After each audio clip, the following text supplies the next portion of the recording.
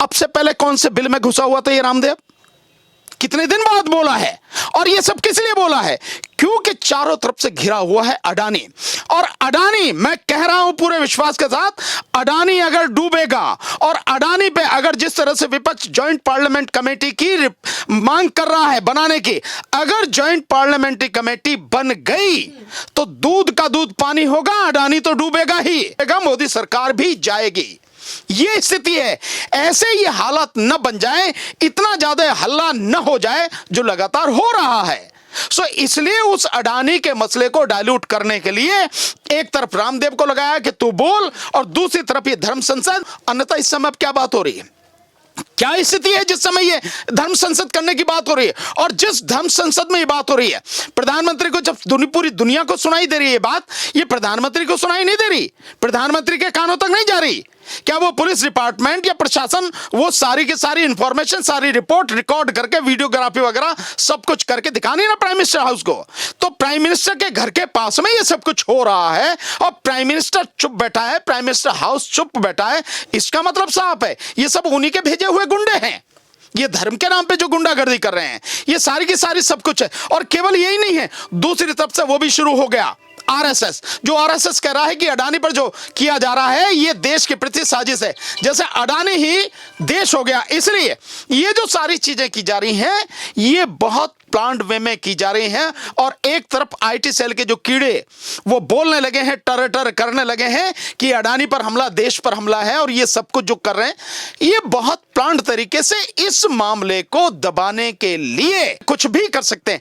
लेकिन ये बिल्कुल निश्चित है कि ये जो धर्म संसद है, ये जो लाला रामदेव का बोलना है, ये जो आरएसएस का बोलना है, ये इसी मुद्दे को डाइल्यूट करके दूसरी तरफ ले जाने का मुद्दा बनाने की कोशिश है। जैसे मेन जो सवाल होते हैं, जो अहम सवाल होते हैं, जनता के जो जुड़े हुए मुद्दे होते हैं, हमेशा ही उन मुद्दों से जब वो उठने को होते हैं, चाहे वो महंगाई का मुद्दा हो, चाहे बेरोजगारी का मुद्दा हो, चाहे शिक्षा का मुद्दा हो, चाहे स्वास्थ्य का मुद्दा हो, चाहे मजदूरों का मुद्दा हो, चाहे किसानों का मुद्दा हो, वो सारी की सारी चीजें जब होती हैं उनसे ध्यान हटाने के लिए ये सब कुछ किए जाते हैं और ये सब सारे लोग लगाए जाते हैं जिनका काम ही ये है। नहीं है। बाबा रामदेव कह रहे हैं कि इस्लाम सिर्फ इतना ही सिखाता है कि 5 वक्त की नमाज पढ़ो, कर ले जाओ, अपराध करो। मैं समझता हूं इतना जो कह रहा है उस पर ही सरकार को उसके खिलाफ कड़ी कार्रवाई करनी चाहिए, कठोर कार्रवाई करनी चाहिए और उसको तुरंत एफआईआर करके जेल में डालना चाहिए। जिस तरह की ये देशद्रोह से कम नहीं है, ये जिस तरह की वो भाषा बोल रहा है ये देश को तोड़ने की साजिश है, देश के एक पूरे समाज को अपमानित करने का घिनौना अपराध है। एफआईआर होनी चाहिए, अरेस्ट होना चाहिए और उसको बेल नहीं मिलनी चाहिए। मैं समझता हूं और कुछ नहीं तो ऑनरेबल सुप्रीम कोर्ट को सुमोटो एक्शन लेके ऐसे लोगों के खिलाफ कार्रवाई करनी चाहिए। क्यों करनी चाहिए? क्योंकि ये जो लोग कर रहे हैं ये सुप्रीम कोर्ट के द्वारा दिए गए डिसीजन का अपमान है। सुप्रीम कोर्ट में जो कुछ चल रहा है, सुप्रीम कोर्ट ने बार बार कहा कि नफरती जो चीजें चल रही हैं इनको रोका जाए, सरकार को रोकना चाहिए, फिर भी ये लगातार हो रही हैं, तो फिर सुप्रीम कोर्ट का अपमान नहीं है क्या? ये हाई कोर्ट का अपमान नहीं है क्या? ये तो जब अदालत का अपमान हो रहा है, सरकार रोक नहीं रही है, अदालत को कार्रवाई करनी चाहिए। अपने मान सम्मान की रक्षा करने के लिए अदालत पूरी तरह से सक्षम है, समर्थ है, उसे एक्शन लेना चाहिए, देना चाहिए पुलिस को आदेश, इन्हें अरेस्ट करो, जेल में डालो। सर, चारों तरफ से जो नफरती बयान सामने आ रहे हैं उसको लेकर उम्मीद की जा सकती है कि केंद्र सरकार इस पे कार्यवाही करेगा? कुछ नहीं करेगी, ये भ्रम मत पालो आप।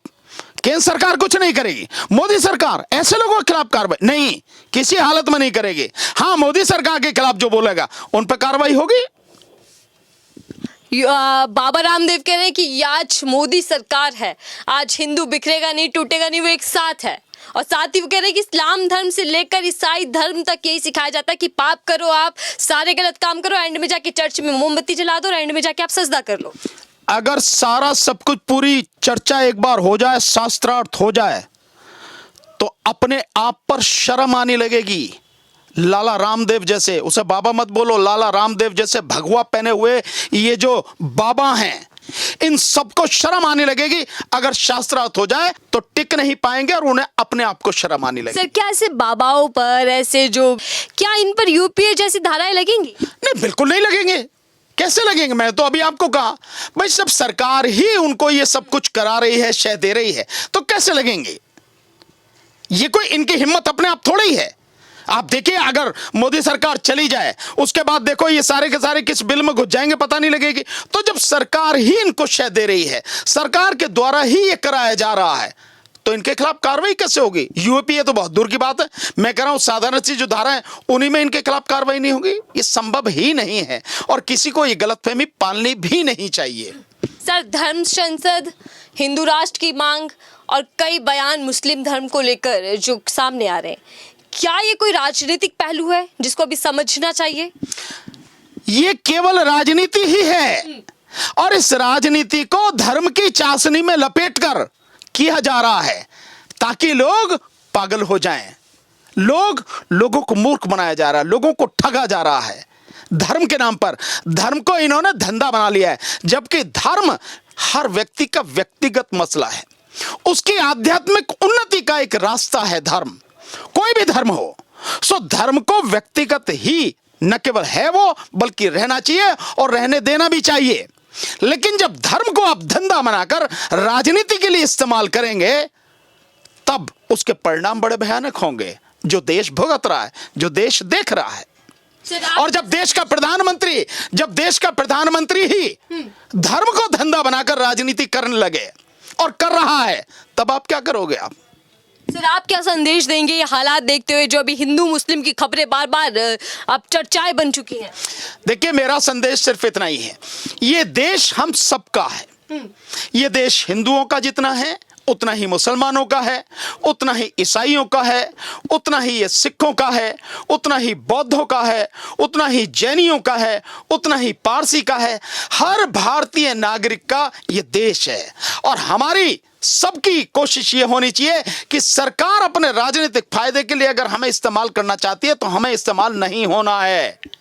हम सब भाईचारे से रहते आए हैं और अपने इस भाईचारे को बढ़ाकर हम न केवल अपने बीच सुख और शांति को स्थापित करें, बल्कि ये जो हमारा देश भिन्न भिन्न फूलों का गुलदस्ता है, इस गुलदस्ते को हम और खूबसूरत बनाएं, उसकी देखभाल करें और उसकी तरक्की के लिए काम करें। देश में शांति बनी रहे, देश में शिक्षा में तरक्की हो, स्वास्थ्य सुविधाओं में तरक्की हो, लोगों को रोजगार मिले, भुखमरी खत्म हो, बेगारी यहां से खत्म हो, यहां से गरीबी खत्म हो और देश वाकई में आगे बढ़े, दुनिया में अपना नाम करे। ये सब कुछ होना चाहिए। हम सबको मिलकर ये काम करना चाहिए। सरकार की इन घिनौनी जो साजिशें हैं, जो काम हैं कि धर्म के नाम पर लोगों को बांटने तोड़ने की, इसमें हमें नहीं आना है। और इस तरह के जो लोग भगवा चोले में जो गुंडागर्दी करें, इनका विरोध सभी को करना चाहिए। ध्यान रखिए, सभी को नुकसान होगा इसका। आप ये मत समझना किसी एक समुदाय विशेष को होगा, हर किसी को नुकसान होगा। नफरत कभी भी किसी को फायदा नहीं पहुंचाती, नफरत हमेशा सबको बर्बाद करती है।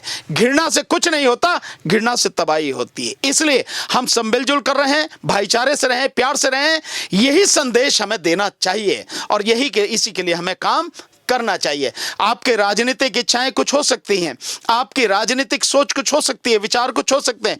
जिसको ठीक समझते हैं उसको वोट दीजिए, कोई दिक्कत नहीं है। जिसके पास बहुमत होगा जीतेगा, आ जाएगा। लेकिन धर्म के नाम पर अपने आप को न तो बंटने दीजिए और न ही बांटने के घिनौने षड्यंत्र में शामिल होइए। ठीक है, बहुत बहुत धन्यवाद।